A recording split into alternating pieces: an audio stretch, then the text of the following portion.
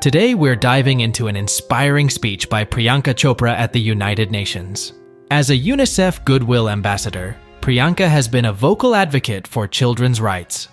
In today's video, we'll explore her powerful words at UNICEF's 70th anniversary event, where she discusses the importance of collective action and the role of humanity in shaping the future for our children. Stay tuned as we break down her speech, highlight key vocabulary, and discuss the broader implications of her advocacy. Let's get started. Good evening, ladies and gentlemen. It is such an honor for me to be here tonight in this iconic UN building celebrating UNICEF's 70th anniversary. First of all, I want to take a moment to celebrate every minute of these 70 years where UNICEF has worked selflessly for every child. Today, we all stand here to renew that exact pledge. To every single person involved in UNICEF, keep doing what you're doing because the world is a better place because of you. My involvement with UNICEF started 10 years ago in India. Today I stand here humbled, enriched, committed because of that exact experience. I want to thank the India team who has worked tirelessly with me for over 10 years now for the amazing journey so far. And I want to thank UNICEF for giving me this opportunity to extend the work that I can do to the world. Everywhere we look today, you can see the advancement of man, how the human mind has basically invented, created, and built a whole new world. Yet strangely, every time that I have been on the field, I've wondered how that same human mind continues to allow the exploitation of children across the world, where girls are being denied to go to school, where children are living without clean water, medical care, protection, even food, where their bodies and minds are unprotected from violence, abuse, and exploitation, where they are targets of war. Every day, horrifying images, fresh horrifying images flash across our screens. A 10-year-old girl dressed as a bride, marrying a man twice her age. A boy sitting at the back of an ambulance trying to understand what just happened to him. A girl watching her brother go to school as she prepares for another day of housework. A boy's lifeless body washing up on a beach far, far away from his home. Ladies and gentlemen, people of the world, we ask you to join us today to become the collective voice of oppressed children across the world in our fight against the injustices that they have had to endure every day. I thank you for being there today. I'm humbled, inspired even more as I look around and I listen to everyone here, not just to be a part of UNICEF, but to be involved with all of you individuals who have selflessly dedicated their voice, their time, their heart into helping the world see light, that we are seriously endangering our future, which is our children. I recently read a quote somewhere that being human is given, but keeping our humanity is our choice. So let's choose humanity. Let's choose to act now, let's choose to fight now, and let's choose to ensure a better world for our children and their children and the generations to come. My wish for children is freedom. The freedom to think, the freedom to live. Thank you very much. Good evening, ladies and gentlemen. This incredible panel of women that are so inspiring. I've worked with UNICEF now for about 12 years and mostly with education and rights for children.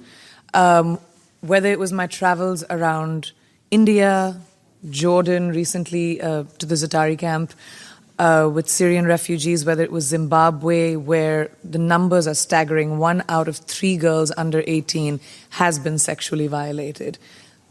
100%. South Africa. Violence comes out in so many forms, whether that's sexuality, whether that is physical violence, emotional violence. The one thing that I have seen that usually works within communities is to be able to empower women and young girls, giving them the right to tell them it is okay, especially in developing countries like you were speaking, ma'am, right now, about if a girl wears a certain outfit, she's judged for it and she asked to be raped. Or if a girl hits puberty, she will not be allowed to go to school anymore because she might be raped. Or it might, and that will bring dishonor to the family. These are certain little things that are set in mindsets which have been for thousands of years been told to us as women that we dictate our intention or everything that we want to achieve by the clothes that we wear or the way that we speak or how loudly we speak or what point we're trying to make. So what has worked is empowering these young girls and boys in schools, by telling them that a real man is not violent and a real woman is not tolerant of it. Because what happens is society tells boys that it's okay to be violent, and then women just become tolerant. And when these girls are empowered, I've seen so many kids that I've met who go into their own communities, and despite of being ousted, despite of being told that they're too much women and they're bad influences and they will probably, turn the other girls into bad influences, they go out there, knock on doors and make the change. So we need to start young. We are not going to be able to change the mindsets of older people, unfortunately. And starting young, how do you get girls and boys to be more engaged in this fight, both girls and boys? Well, again, I think, the fact that everyone sitting in this room, they are people who are influencers, governments, people in higher positions and platforms. Once you, like in India, for example, we have incredible laws that have been passed for the protection of women, which local and international communities have pushed the government to do. And now implementation is what is important. You see young people with the use of social media, with the use of being aware, socially aware, by parents teaching their children, by making them, like how Malala's father addressed us, and he said, my father was exactly the same. He told me that no one will ever tell you to not have an opinion, because that's the one thing that's taken away from a woman, is her opinion and her right. And my father empowered me to be able to sit in front of you and say anything that I want from my experiences. And it's that with the internet, with the social media that we have, it can become something which is horrible, but it can also become a boon by us being able to. These kids are dictating and teaching themselves. We're not going to be able to tell them this is how life is led. They're discussing it on their own. They're on their phones, they're on Facebook, whether I was at this Dari camp, whether I was in Rajasthan in India, whether I was in Zimbabwe. So the access and the information that we provide to them is very important. And UNICEF and so many other NGOs and amazing organizations are doing such great groundwork, which you said, going into the field and actually changing mindsets. Visit our site, EnglishSpeechChannel.com, for exclusive access to video transcripts, offline audio, English lessons, and private classes. Don't forget to explore our free and new ebooks. Also, subscribe to our weekly newsletter for the latest updates. Links in the description below.